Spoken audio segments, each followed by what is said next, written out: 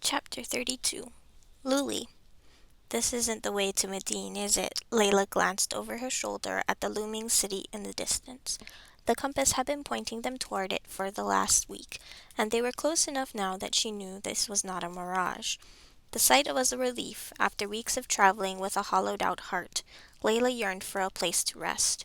It had been less than a month since she'd lost her family, and the Jinn insisted the liveliness of the city would help fill the yawning emptiness inside her. But now Kadir's attention was focused not on the city, but on the compass, which pointed south. Sometimes we must make necessary stops before we reach our final destination. Layla grumbled as she followed him to a date tree. Kadir glanced from the compass to the short, still young tree, brows scrunched. Then he tucked it away and began to climb. Layla knew better than to question him. When Kadir climbed back down, he was holding a swath of silk, a shawl. "Do you think a traveler lost it in a sandstorm?" she asked. In answer, Kadir threw the scarf at her and said, "Put it on." "Why?" She eyed it suspiciously. Kadir gave her the look, the one that when he raised a brow and made a straight line with his mouth and stared at her so hard it made her want to wither away.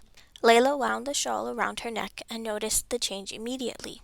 The silk was cool, so chilly against her skin it felt like a contained breeze.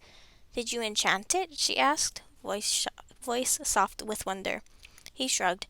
"It was already enchanted when I found it. All relics are like this." Layla tilted her head. "Relic? A relic?" He paused, as if trying to find the right words. "A relic is an item enchanted by a Jinn. It contains their magic." He held up the compass. "Like this compass." "Did you enchant the compass?"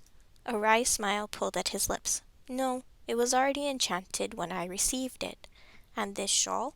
Kadir shrugged. It most likely belonged to a Jinn traveler." "Do you think they'll come back for it?" Silence. Some emotion flickered across his face, but quickly faded. "No," he said after a few moments.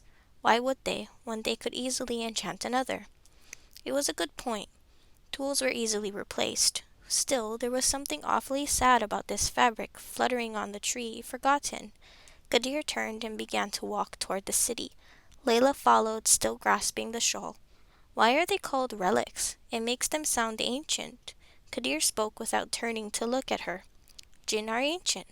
Is it any surprise the things we enchant are just as old?" Kadir had lied to her. The realization festered like an open wound, growing more tender until by the time Luli left Ahmed's diwan, it was causing her physical pain. The city was dark by the time she returned to Wanderer's Sanctuary, its bright buildings dulled beneath the pall of deep night. Most of the lights around the souk had been put out, but this did little to dissuade miscreants from sneaking through the shadows. Miscreants like me, she thought dourly. Luli found Kadir sitting on the inn's sloped roof, looking quietly at the stars. She used the crates in the alley to climb up and, swallowing her anger, carefully inched her way toward him.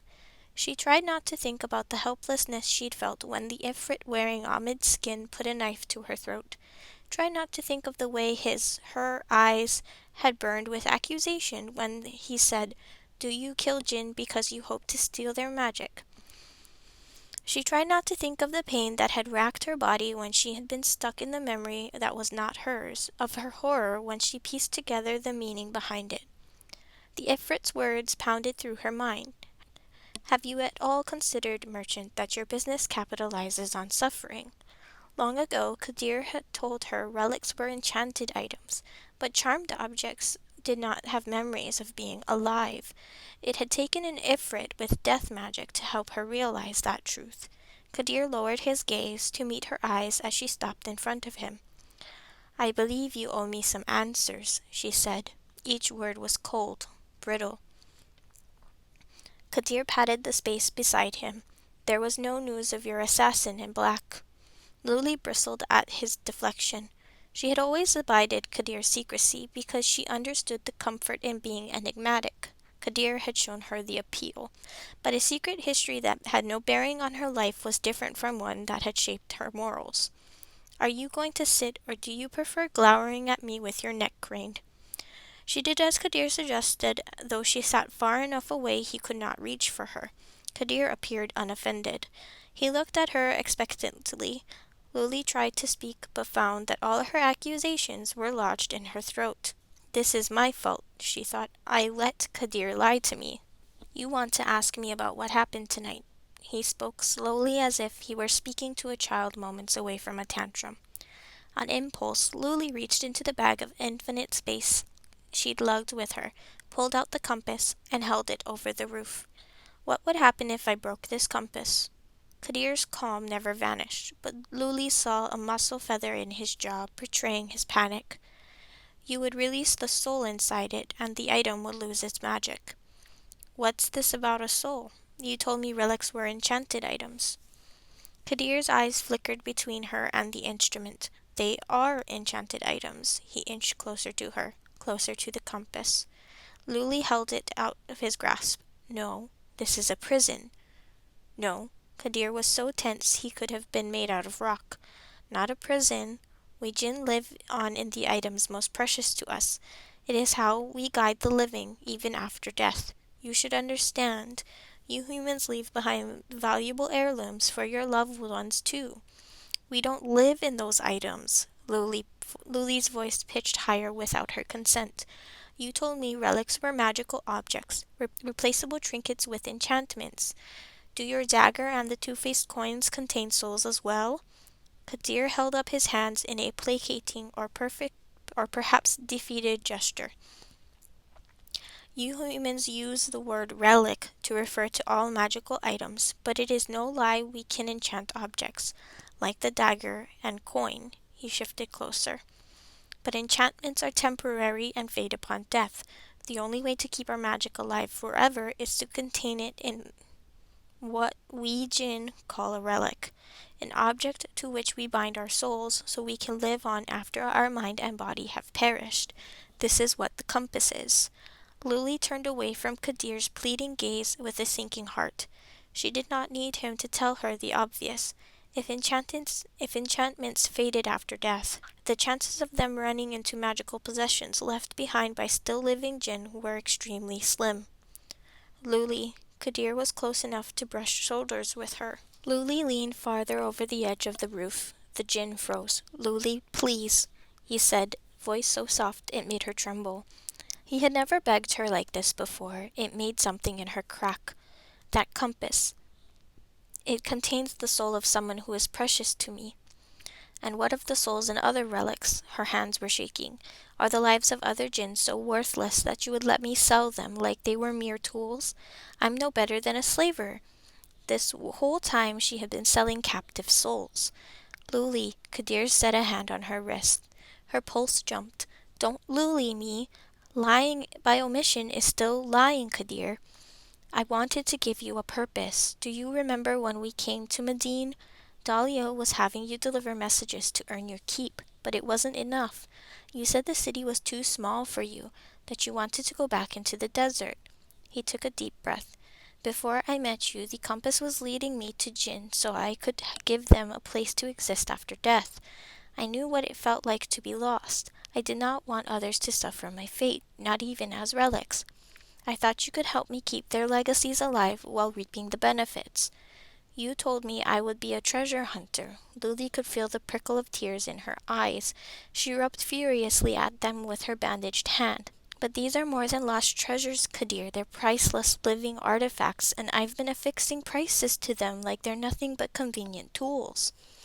It was wrong of me to keep that truth from you, I know. But think, the relics the compass lead us to belong to Jinn like me, people who fled my world because they feared for their lives.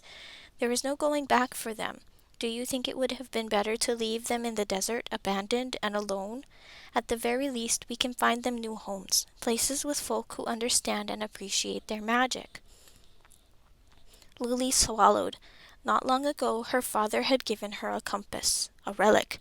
He had not known the nature of its magic, but only that it was valuable. He had thought it would guide her, and it had.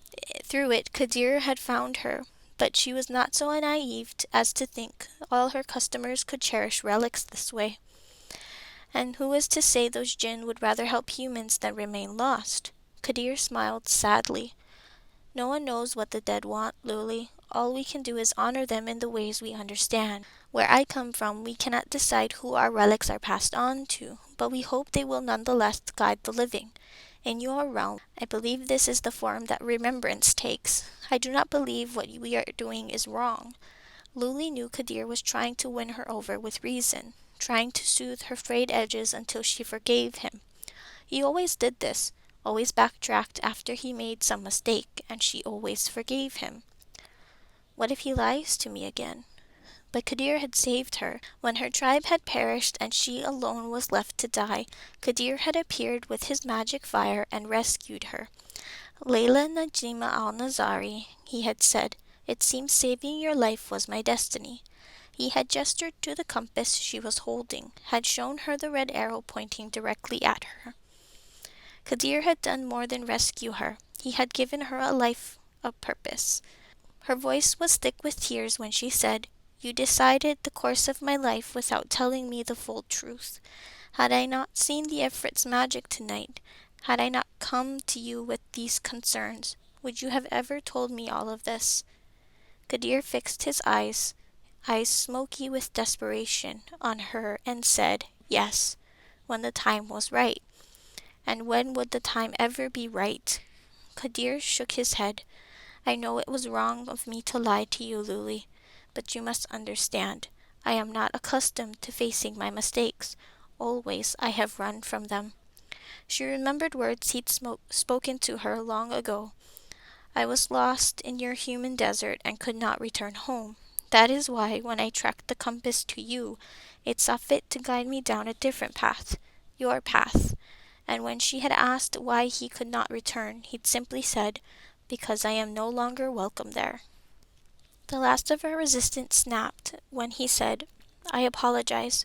You deserved the full truth. I initially thought the compass had guided me to you because you were a way for me to fulfill my purpose. And now, she lowered the compass to her lap. Kadir visibly relaxed.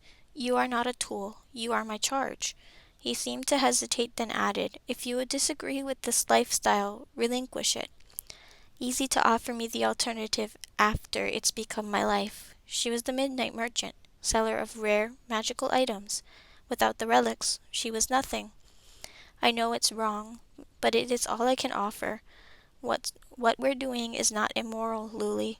Says who? She was suddenly tired, so very tired. The compass? Do you let the jinn in here decide the morality of your actions, too?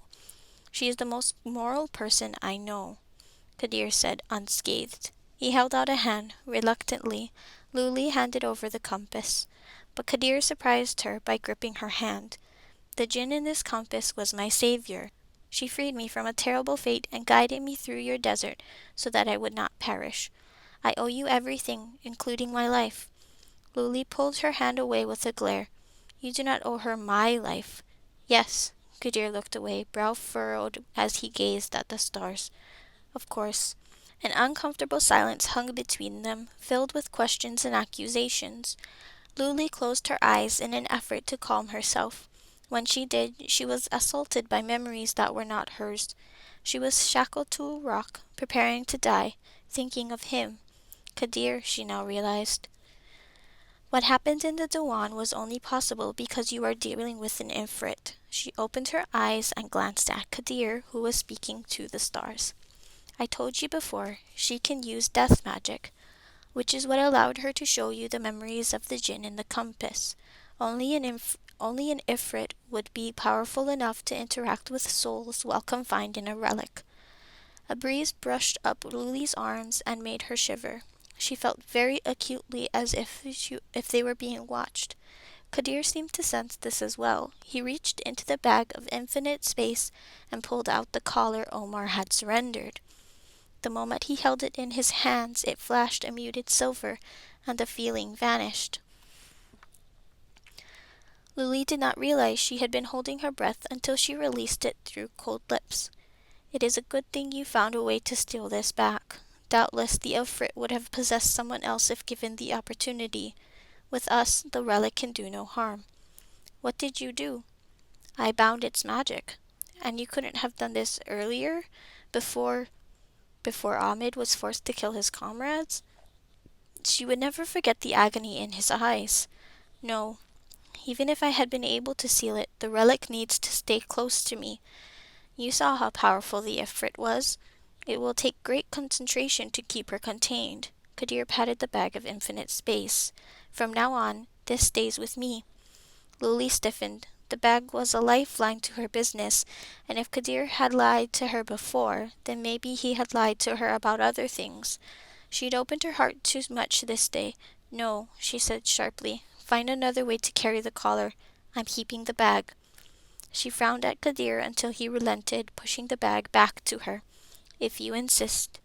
Forgive me for not trusting you after suffering your lies. Kadir's expression fell. Luli, Yes, I know. You're sorry. She hefted the bag over her shoulder. I am returning to the Wali's manor. I told him I would be back, and... She sighed. I need some space to think, Kadir. She walked away without waiting for his response.